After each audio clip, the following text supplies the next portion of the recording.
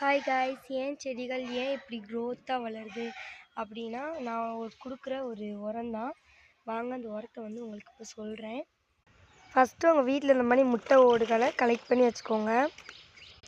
இது நான் முன்னாடி கலெக்ட் பண்ணி வச்ச முட்டை ஓடுகள். இதை தான் நான் இது பண்ண போகிறேன். வாங்க பார்க்கலாம்.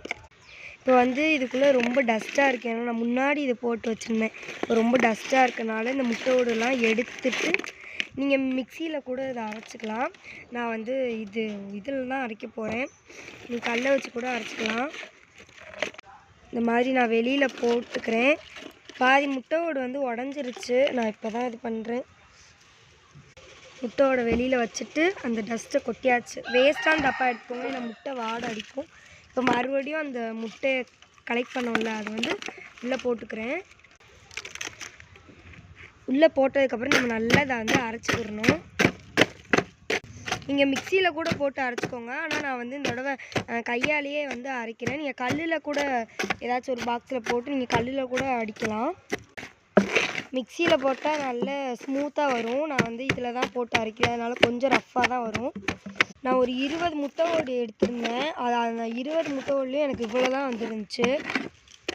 நான் சொல்ல மறந்துட்டேன். முட்டையோடு நீங்கள் எடுத்தோன்னே போடக்கூடாது. நல்லா காய வச்சிடணும். ஒரு நாள் காய வச்சுட்டு தான் நீங்கள் அப்படி போடணும். நீங்கள் 5 முட்டை ஓடு இந்த மாதிரிலாம் எடுத்திங்கன்னா உங்களுக்கு இவ்வளோ தான் வரும். இது இவ்வளோ தான் வரும். நீங்கள் ஒரு 20க்கு மேலேயாச்சும் எடுக்கணும்.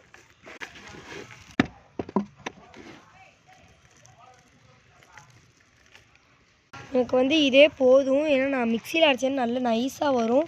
இது இப்படி தான் வந்திருக்கு. நீங்கள் மிக்சியில் அரைக்கிறதுனாலும் அரைச்சிக்கலாம், இல்லை இந்த மாதிரி கல்லில் அரைக்கிறதுனாலும் அரைச்சிக்கலாம்.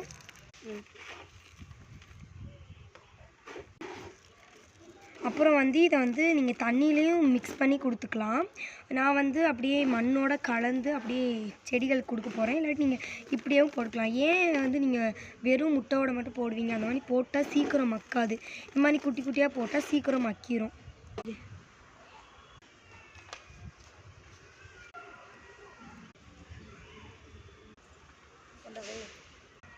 நான் மண்ணு போட்டுக்கிறேன்.